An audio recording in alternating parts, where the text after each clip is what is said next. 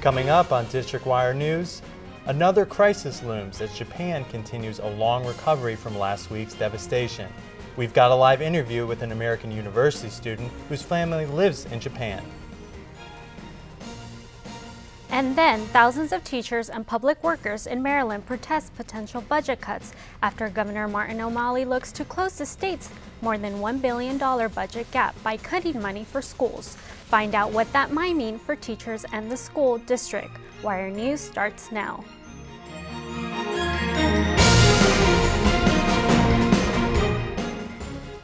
Good evening, I'm Jeremy Borden. And I'm Yesenia Alfaro. The devastation continues in Japan in the wake of an earthquake and tsunami. As the death toll rises and lines for food and water get longer, the Japanese are now dealing with yet another looming crisis. Last week's devastating earthquake in Japan has left those there digging out and searching for the missing. But as if the trauma of the devastation weren't enough, the Japanese are dealing with the third explosion in 4 days at the Fukushima Daiichi nuclear plant. 500,000 residents have been evacuated and the remaining told to move even farther away. Radiation readings have been at dangerous levels, including off the Japanese coast. Still, residents are remaining calm.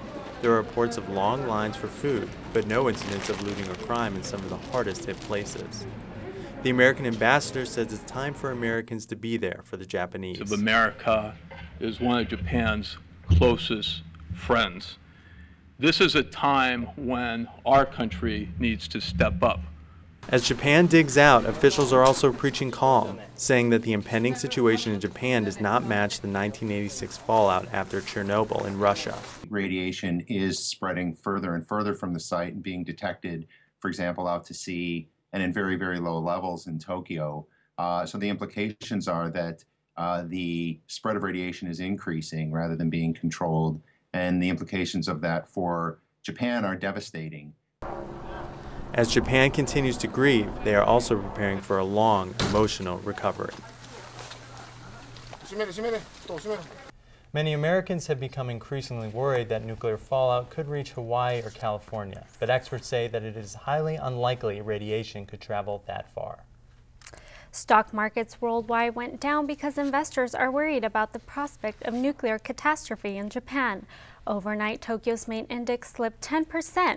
The Dow Jones also fell around 200 points. That number is up from the Dow's low open. Looking for security, investors pulled money out of stocks and invested in the American dollar. More than 70 members of the Fairfax Urban Search and Rescue Team are in Japan today helping with disaster relief.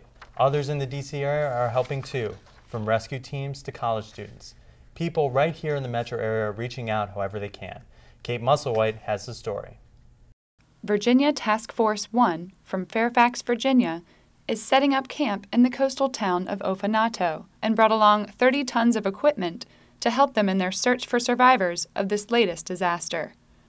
Other people in the metro area are helping from home. Natalie Fenimore with the Unitarian Universalist Church of Arlington says giving money to the church's relief fund is the best thing concerned church members can do to help. I think people are anxious to figure out a way to help, and so this fund was put in place so that people could be able to begin their helping. Disaster relief organizations in the U.S. say Americans have donated more than $20 million since Friday, with millions more pouring in from American businesses. Most of the money has gone to the Red Cross, which is using the web and social media to raise money for victims. The topic is trending on Twitter, and people are donating with the click of a mouse through the organization's website, blog, and Facebook page. Americans have given almost $2 million through text message donations alone. Japanese American students here on campus are also raising money. Arisa Yokukura, president of the Japanese American Student Alliance at AU, says the group wants to support both those suffering in Japan and here in the U.S.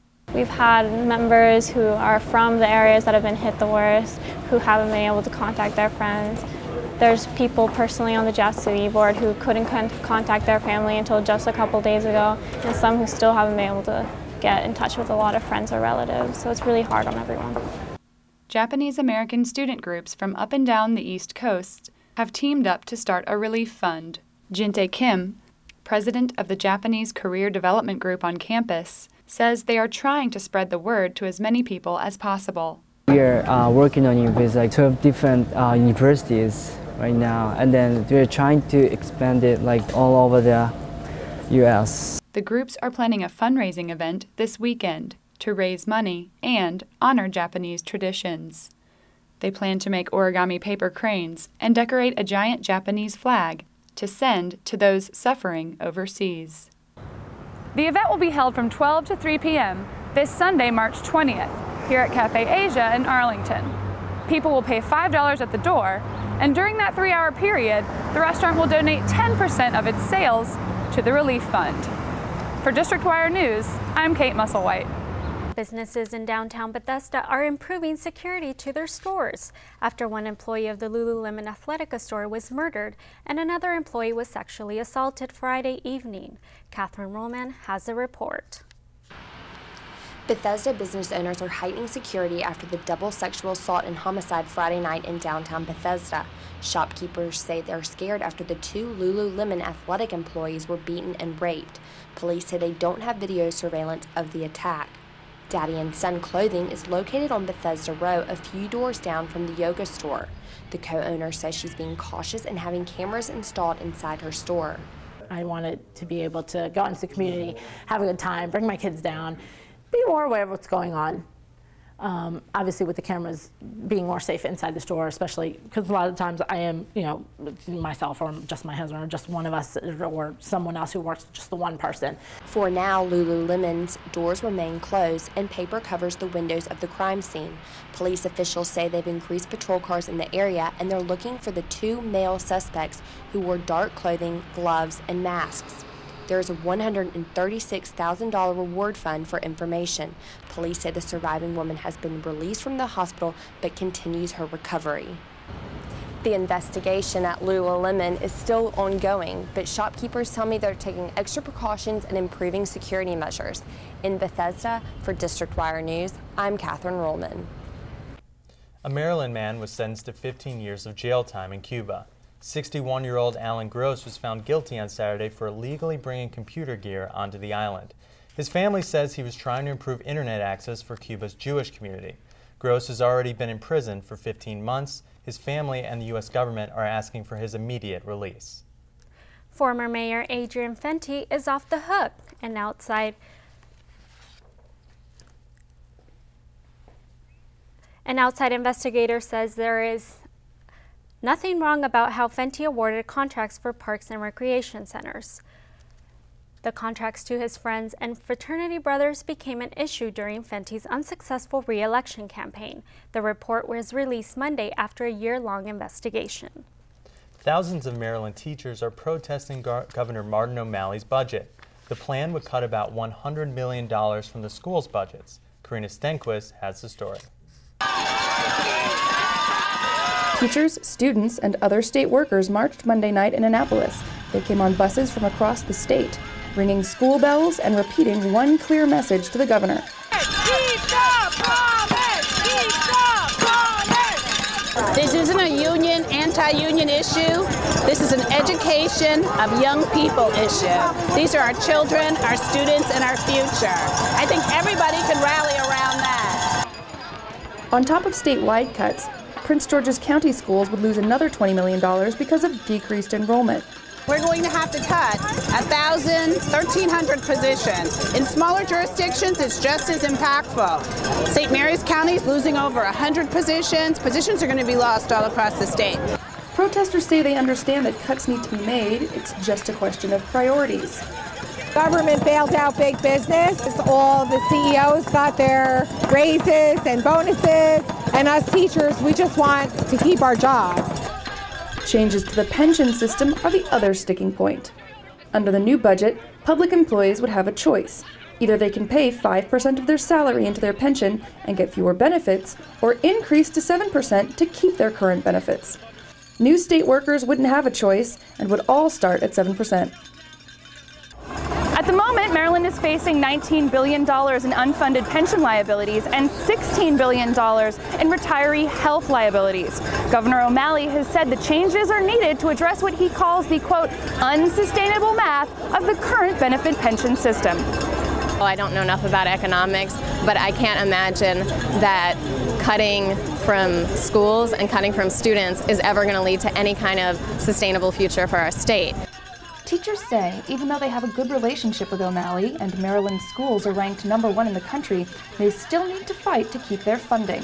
How can we be first in the nation and last on the legislation? So it's just like it doesn't make sense. So yeah, you can have a great relationship, but at the same time, the proof is in the pudding, and you show people that it's important by funding it. Other changes that would affect all state employees, not just teachers, is an increase in the years it takes to be vested in the system and a raising of the early retirement age to 60 from 55.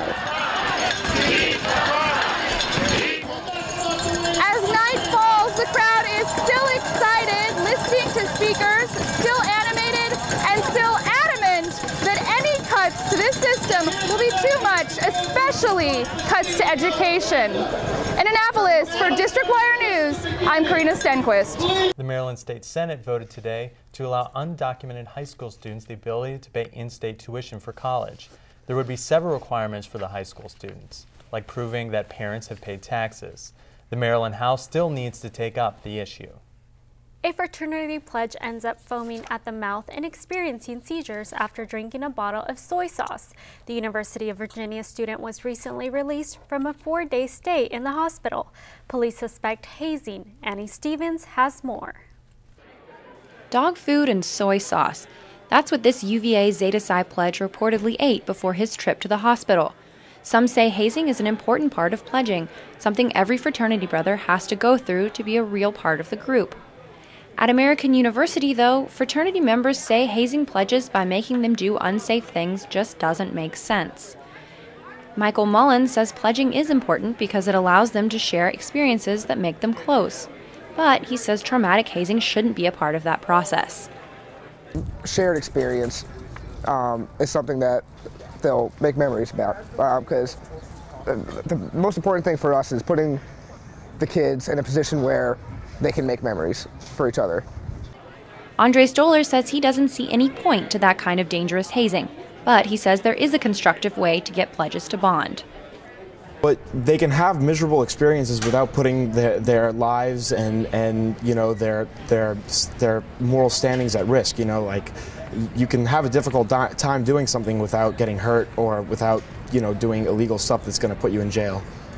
As police continue to investigate what happened at University of Virginia, students at American University tell me that that kind of hazing is not a part of fraternity life here.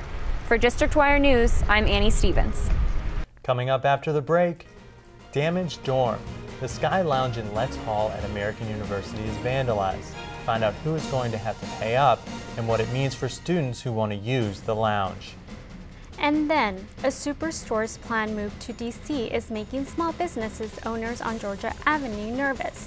Find out what residents and owners are doing about it after the break.